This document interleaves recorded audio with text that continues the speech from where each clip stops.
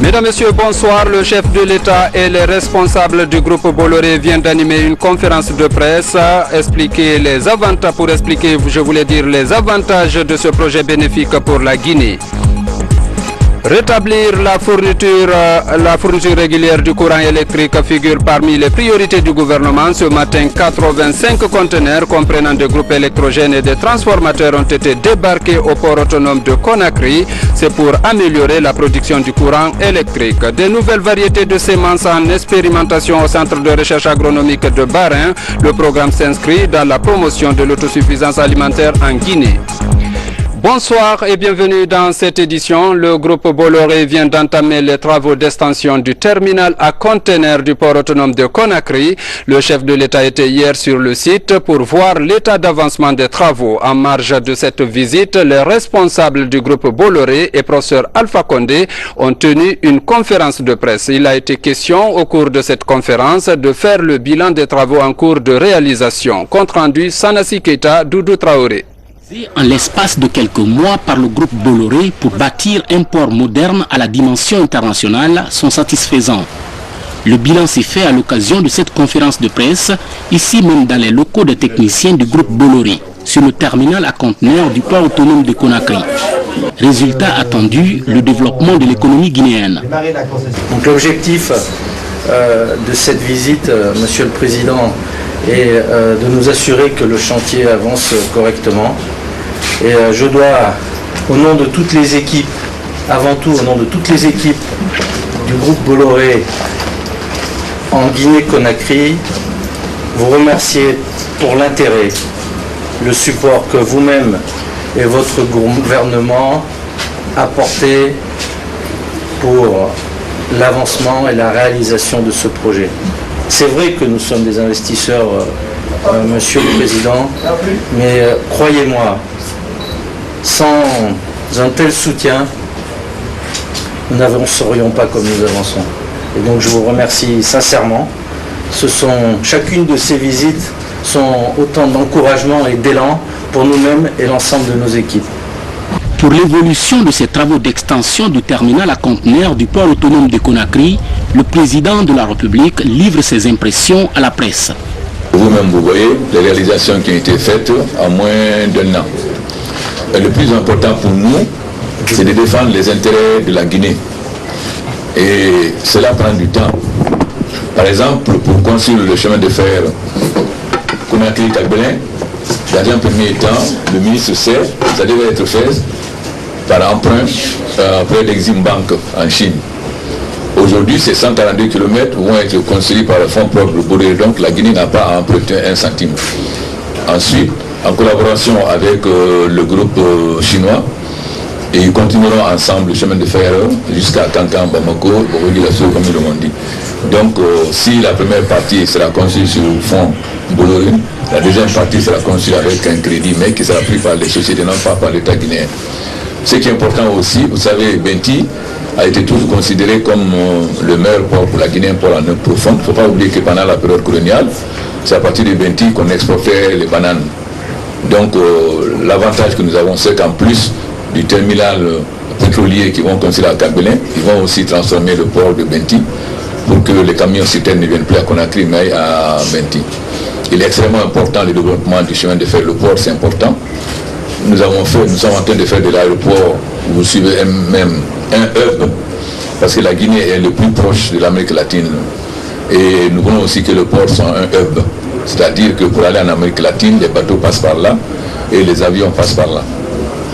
Sur la question de l'annulation du contrat de jettement et de l'arrivée du groupe Bolloré, professeur Alpha Condé précise. Demandez au directeur général du port et aux autorités du port. C'est pas moi qui ai demandé qu'on mette fin au contrat de jettement. C'est sous le président Lansana Conté que le contrat de jettement a été gelé. Et quand le président Dadis est venu, il a confirmé le gel. Mais c'est après que ça a été débloqué. Donc, demandez au directeur général du port et aux gens qui sont au port si jettement a fait un seul investissement. Ensuite, ayez la curiosité de prendre le contrat entre le jettement et la Guinée et le contrat entre Bolloré et la Guinée. Vous tirerez vous-même les conclusions. J'ai dit À Vincent Bolloré, c'est vrai, c'est mon ami personne depuis 30 ans. Je dis que s'il ne respecte pas ses engagements, la Guinée annulera le contrat. Moi, je n'ai pas d'état d'âme. Ce qui m'intéresse, c'est de leur prendre la Guinée. Pour le président de la République, toutes ces activités engagées par le groupe Bolloré permettront de lutter systématiquement contre le chômage en favorisant surtout l'emploi des jeunes. Donc toutes ces activités vont permettre de lutter contre le chômage de la jeunesse et surtout de donner du travail à la jeunesse qui est notre plus grand souci, mais aussi de désenclaver le pays et de permettre aux 4 régions d'être intégrées, parce que les 4 régions ne peuvent pas intégrer s'il n'y a pas de moyens de circulation qui leur permettent de créer un véritable marché national. La fin de ces travaux d'extension du terminal à conteneurs du port autonome de Conakry est prévue pour le mois de mai 2014. Parlons à présent de l'amélioration de la desserte en électricité dans notre pays. La société britannique Agreco vient de débarquer au port autonome de Conakry 85 conteneurs comprenant des groupes électrogènes et des transformateurs. Cet arsenal sera installé à la tannerie, c'est dans la commune de Matoto. Les détails avec Abdul Aziz Baldi. Ces 85 conteneurs contiennent des groupes électrogènes et des transformateurs. L'objectif étant d'améliorer la desserte en électricité dans la capitale Conakry. Cela a été rendu possible grâce au gouvernement en partenariat avec une société britannique Agreco. Les jours à venir, 50 groupes électrogènes de capacité d'1 MW chacun seront installés au quartier Tannerie dans la commune de Matoto. Contractuellement, on devrait déjà commencer les essais le 18 de ce mois et les mises en service vont se faire entre le 18 et le 23. Agreco nous livre 50 MW. Mais pour livrer 50 MW, il faut une réserve. Après les autres pays comme la Côte d'Ivoire et le Ghana, la société britannique signe un accord avec le gouvernement du professeur Alpha Condé. Ce partenariat a pour but de combler le déficit en matière de courant électrique. Pour améliorer la desserte dans la haute banlieue et vers Kaloum, on va installer 50 MW qui vont améliorer de manière très sensible la desserte dans la ville de Conakry. Et la plateforme est déjà pratiquement prête pour recevoir les équipements. Au total, 106 conteneurs seront mis à la disposition du gouvernement guinéen. Le deuxième lot contenant 21 groupes électrogènes et transformateurs est attendu le 19 septembre prochain au port autonome de Conakry. Merci Abdulaziz Baldi. Volet agriculture à présent avec la remise de 2 véhicules équipés d'appareils de surveillance et de pulvérisateurs pour la lutte contre l'invasion des criquets pèlerins dans 2 zones du pays, à savoir la région de Boké et celle de l'Abbé, des zones très proches du Sahel confrontées régulièrement à la menace des criquets. Les précisions avec Fodé Camara. En milieu rural, la psychose de l'attaque des chenilles, des criquets et autres nuisibles avance au rythme de la campagne agricole. Selon le SILS, Comité inter-État de lutte contre la sécheresse au Sahel, une attaque des criquets pèlerins risque encore de décimer les cultures en Guinée comme en 2005.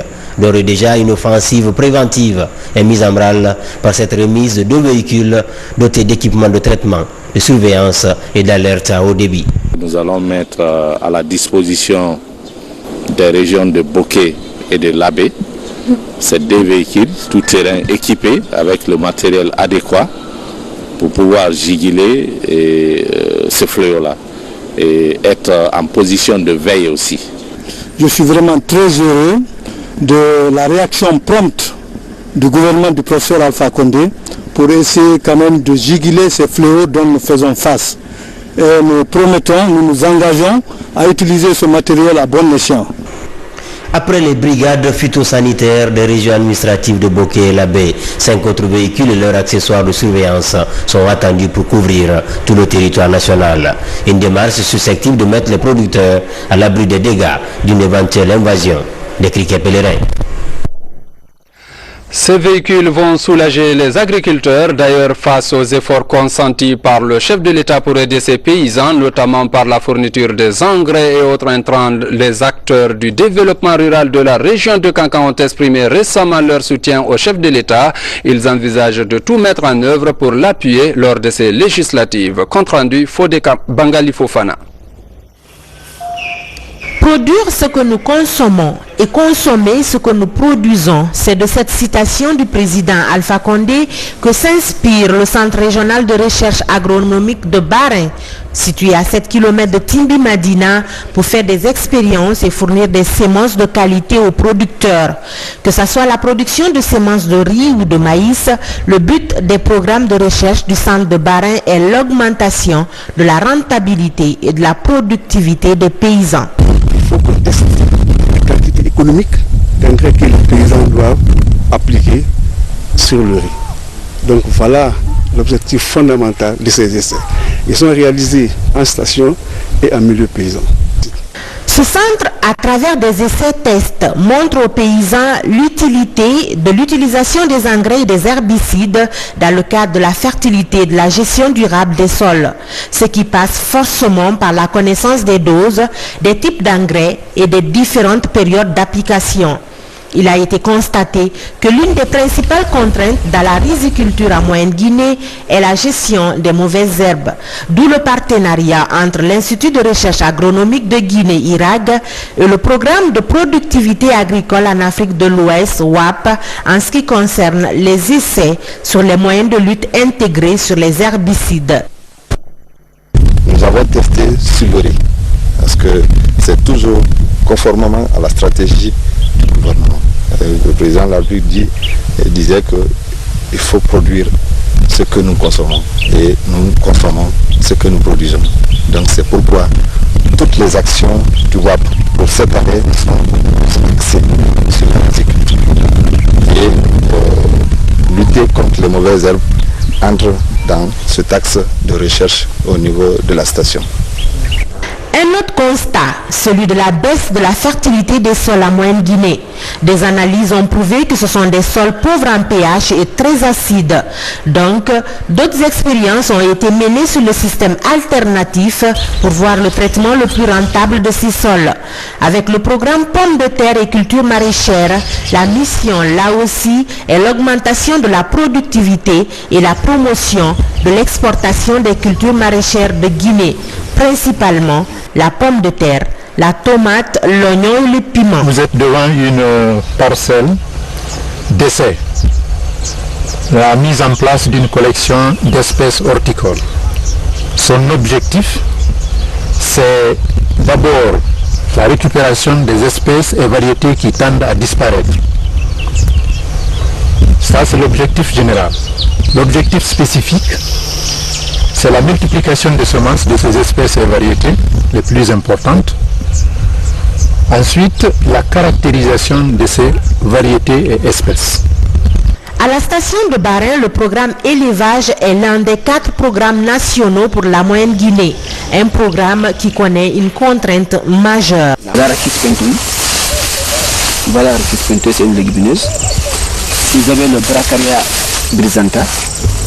Vous avez le Stylzanthes Dionysus Cook. Voilà 3 espèces mises ici en association. Et comme je le disais, ça c'est des espèces qui donnent beaucoup d'énergie et beaucoup de protéines. Les espèces que nous avons actuellement dans nos pâturages sont de très faible valeur. La plupart se lignifient très tôt et perdent leur valeur nutritive. Donc le moment est venu pour cultiver pour les animaux. Le centre de Barin est pleinement engagé dans la recherche à travers des essais-tests pour répondre à une stratégie, celle de l'amélioration de la productivité dans la région. Comme vous venez de constater, c'était l'expérimentation des nouvelles variétés par le Centre de recherche agronomique de Barin, un reportage signé Makale Souma. La protection des sites et monuments historiques semble de nos jours oubliée par nos autorités. C'est le constat avec la signature de certains contrats miniers qui ignorent ces réalités. Par exemple, dans la préfecture de Sigiri, les populations de Kintinya s'inquiètent de l'exploitation d'une colline aurifère qui risque de faire disparaître un puits sacré dont les villageois tiennent cependant à conserver. Tcherno Younoussaba. un puits sec et peu profond sur une colline au cœur du Bouré dans Quintignan. Ce creux est sacré. C'est l'un des derniers lieux d'offrande du village. Seulement, la colline qui porte le puits doit être livrée à l'exploitation industrielle de l'or. Le cercle des sages de Quintignan, au nom de la population, a déjà donné accord après quelques sacrifices. La décision est pacifiquement contestée par les femmes et les jeunes. Pour la première fois, ces entités exigent d'être consultées sur des décisions liées au patrimoine commun. Des négociations sont engagées pour protéger les sites culturels, mais également assurer un meilleur partage de revenus issus de l'extraction de l'or du Bouré. Quintignan, à 35 km de Sigiri Centre, est le principal site aurifère du pays. Une région conservatrice qui veille au respect et à la survie de certaines de ses croyances. Mais écoutez, c'est dangereux.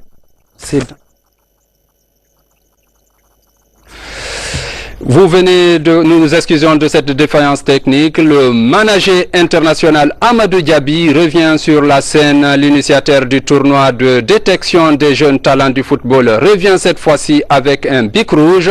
L'homme est notre invité ce dimanche. Monsieur Diaby, bonsoir. Bonsoir. Pourquoi vous revenez cette fois-ci avec un bic rouge? Je reviens avec un bic rouge pour faire la synthèse de mon absence, de ce qui s'est passé.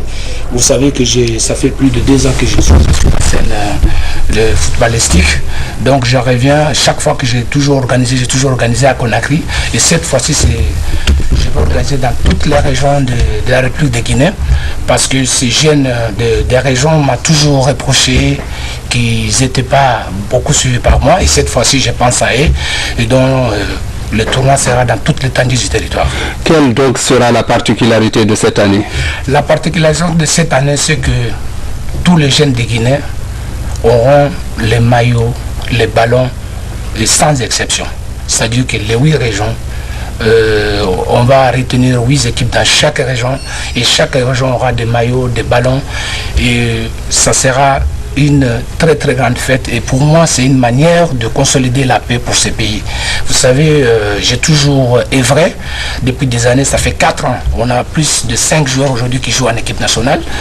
Donc, je pense que mon but aujourd'hui, c'est vraiment réunir les jeunes Guinéens autour de ce football-là. Ce n'est que le football qui peut aujourd'hui donner la paix avec ce jeune Guinéen.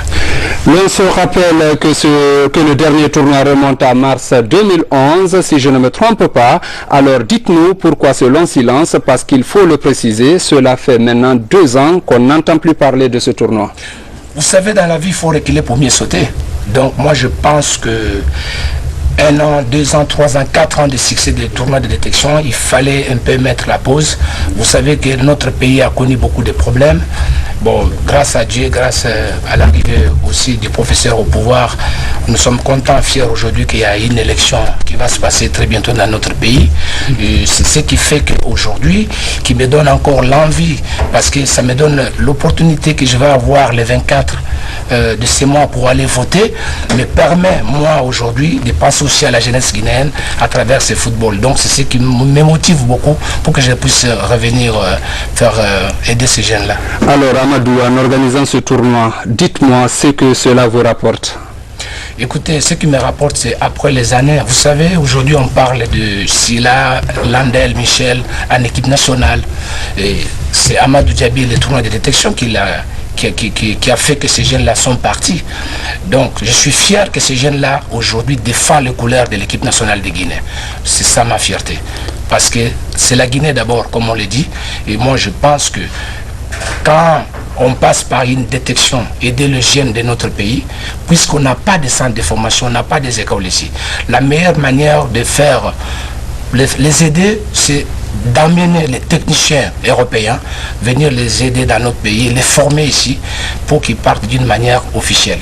Et au moins les mettre au moins dans l'académie, tout ça. C'est pourquoi je demande au gouvernement cette fois-ci vraiment de penser à nous soutenir maintenant, parce que c'est un tournoi vraiment qui va être un tournoi international, où il y a la presse internationale qui va arriver, il y a tous les contacts sont déjà été pris sans problème, et je pense que C'est pourquoi on revient, on dit Bic Rouge. Bic Rouge. Amadou Diaby sollicite l'appui du gouvernement. La France commémore le 13 septembre de chaque année les combats de Basel. En Guinée, la mission de coopération et de défense a organisé un cocktail, une occasion pour se souvenir de ce haut fait d'armes. Notre reporter Fatoumata Samora était de la partie. Voici son compte rendu.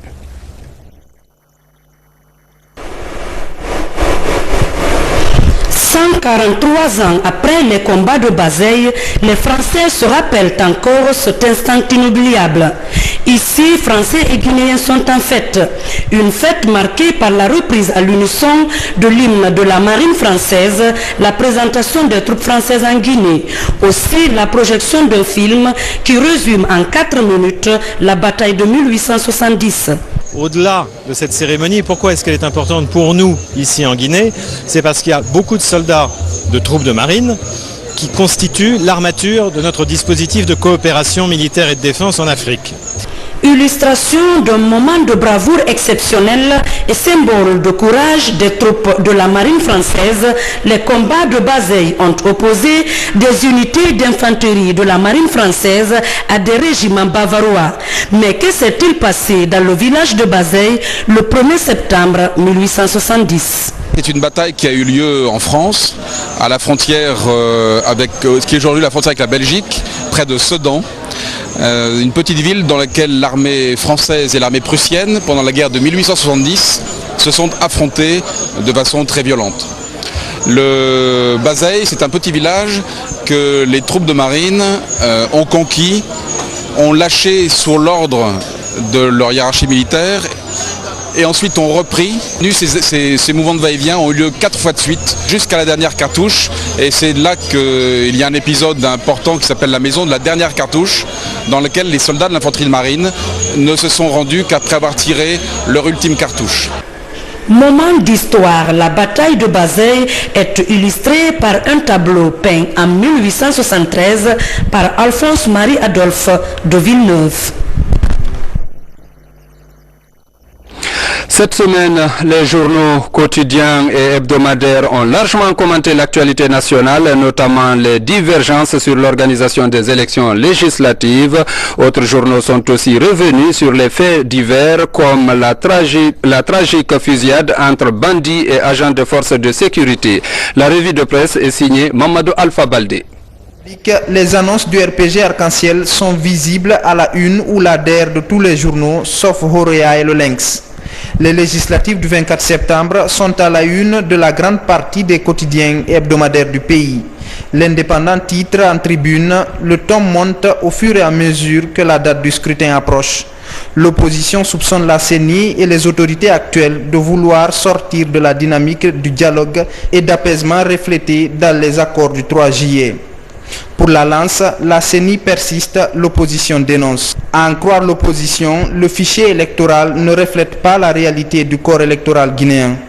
Elle estime que la CENI doit procéder à la correction du fichier électoral. Le Lynx s'intéresse à la campagne dans la presqu'île de Kaloum.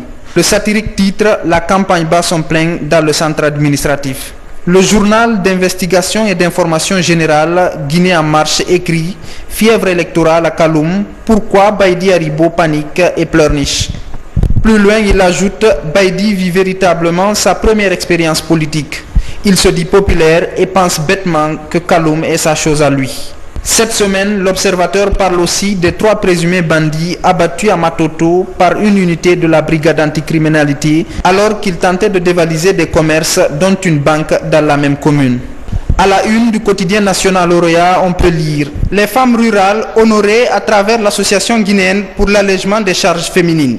Les femmes rurales guinéennes bénéficient du premier prix international de récompense des bonnes pratiques des femmes rurales à l'occasion de la tenue de Rio Plus 20 qui rappelle le sommet de la Terre qui avait réuni en 1992 à Rio de Janeiro au Brésil des chefs d'État et de gouvernement du monde.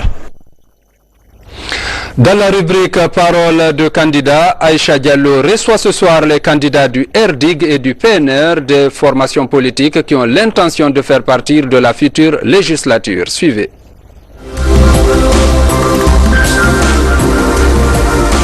Mesdames et messieurs, bonsoir. C'est avec plaisir que je vous retrouve ce soir encore dans la rubrique Parole de candidat. Ce soir, je reçois sur ce plateau le candidat du RDIG. Il s'agit de Jean-Pierre Sousoua-Doudou et le candidat du PNR, Mamadou Bala Camara. Bonsoir, messieurs. Bonsoir. Et bienvenue dans la rubrique Parole de candidat. Alors, le 24 septembre prochain, la Guinée a l'intention d'en finir avec une transition qui perdure. Alors, quelles sont vos motivations pour participer à la future législature? Jean-Pierre. Nos motivations pour participer à la future législative sont très simples. C'est de pouvoir gagner les élections. Une fois gagné les élections, c'est de participer à la réforme des institutions politiques et administratives de la Guinée. Qui parle de développer les institutions politiques, de réformer les institutions politiques et administratives de la Guinée, parle tout d'abord de la réforme de la justice. Parce que dans une nation, il faut que la justice soit très forte. Et vous, Bala, quelles sont les raisons qui vous ont incité à vous présenter comme candidat pour les futures élections législatives? Le PNR vient de loin, c'est vrai. C'est une union de jeunes qui veulent prendre en charge leur destin commun pour voir comment la Guinée peut changer. Parce que depuis 1958, les promesses de changement ont été tout à fait entreprises, mais en réalité, il n'y a rien accouché. Donc pour le moment, pour nous, la dynamique est de reformer une Assemblée nationale capable de défendre les intérêts de tous les Guinéens. Deuxième position, c'est de mettre une dynamique de gestion administrative de l'État dans le sens d'amener une croissance et que les Guinéens aient des répercussions pour cela. En matière de loi, nous aurons beaucoup d'initiatives à prendre dont je vais défendre avec.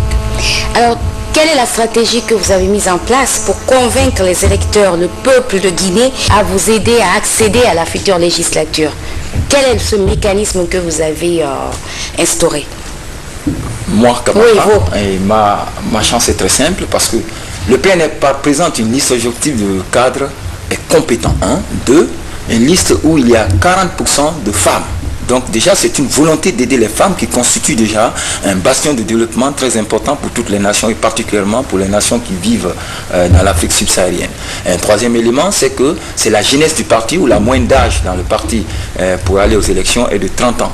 Donc c'est déjà un élément moteur qui peut déclencher des éléments à ce que les Guinéens croient à des nouveaux Guinéens qui sont capables et compétents, qui ont fait des preuves ailleurs et qui peuvent apporter de nouvelles réformes et de nouvelles vies à nos institutions républicaines. Déjà, c'est cet atout que nous avons par rapport aux autres partis. Et vous avez déjà mis en place une stratégie apte à convaincre les électeurs à vous élire? Oui, notre stratégie est toujours celle de pouvoir, à partir des ONG que nous avons mises en place, parce que sans savoir que le RDIG est une version politique de notre ONG, le DIGREDIG, au niveau de nos bastions, nous avons mis en place beaucoup de PME et à travers ces PME, nous pensons que nous avons l'électorat derrière nous, ce grand électorat qui pourra participer à l'élection de notre liste nationale et à l'élection de nos candidats uninominaux dans Gekeduki, Sidougu et Massanta. Donc la campagne continue, nous sommes toujours tout près de nos populations, tout près de nos fédérations, tout près de nos structures de base, nous communiquons chaque jour. Bientôt la date fatidique pour mettre fin à cette campagne sur les législatives. Quel est le fait qui vous a marqué depuis le début de la campagne? Quel est l'événement qui vous a marqué le plus? L'événement qui m'a marqué le plus, c'est que les campagnes se passent dans de très bonnes conditions. Il n'y a pas assez de violence cette fois-ci, comme les années passées, comme nous avons connu ici. Je peux dire que la campagne est très civilisée de nos jours. Mais ce que nous craignons beaucoup, c'est les fraudes que se préparent déjà, qui sont à l'horizon. Mais j'insiste sur le fait qui vous a marqué pendant cette campagne. Ce que vous avez remarqué de nouveau, d'insolite en fait. C'est de donner la parole d'abord aux candidats à la RTG et avec beaucoup de temps. C'est vrai, je remercie déjà cette initiative du CNC et de la CENI. Mais en plus de cela, il y a une concurrence déloyale menée par le gouvernement en place et ses institutions. Cette gouvernance, cette façon de partir avec la concurrence déloyale est constatée par le fait que les fonds occultes utilisée par les autres partis politiques de l'opposition et aussi de la mouvance présidentielle, les contraintes que la mouvance présidentielle a exercées sur les entreprises pour avoir des fonds indépendamment pour faire sa campagne. Une concurrence déloyale. Dernière question avant de clore ce débat. Vous êtes un jeune candidat, Jean-Pierre, vous êtes jeune et vous briguez une place au sein du futur Parlement guinéen, alors de l'Assemblée nationale. Et comment comptez-vous aider, arriver une fois installé à l'Assemblée, une fois dans la nouvelle législature, comment comptez-vous aider la jeunesse afin qu'elle soit apte à être une relève saine et dynamique pour le pays, pour la Guinée? C'est de faire des propositions de loi par rapport à la réforme de l'éducation guinéenne. Parce que qui veut parler d'une nation forte parle d'abord de sa jeunesse bien formée, bien éduquée. J'aime souvent parodier le président Abdoulaye Wade qui disait à l'époque nation, dis-moi quelle jeunesse tu as, je te dirai quel avenir tu auras. Et donc il faut former la jeunesse de la Guinée, construire des écoles professionnelles et techniques pour la jeunesse afin que nous formions les cadres de demain. L'avenir de la nation dépend de la formation que l'État donne à sa jeunesse. Bah là, c'est pareil pour vous, hein? Oui, donc je crois... Votre feuille de route, la feuille de route que vous allez élaborer une fois installée à l'Assemblée nationale pour aider cette jeunesse, souvent en proie à des difficultés, à devenir enfin une relève digne de ce nom. Oui, la relève est très sûre parce que je rappelle aussi un passage de Ahmed Sékou Touré qui dit que mon objectif dans tous les temps, c'est d'avoir une jeunesse responsable. Une jeunesse responsable, c'est cette jeunesse qui est cultivée et qui a le sens de prendre les responsabilités, de penser que le développement passe inéluctablement par elle. Merci beaucoup. Voilà, j'ai été très heureuse de vous recevoir sur ce plateau. Merci de votre bien aimable attention. Mesdames et messieurs, au revoir et à très vite. Merci.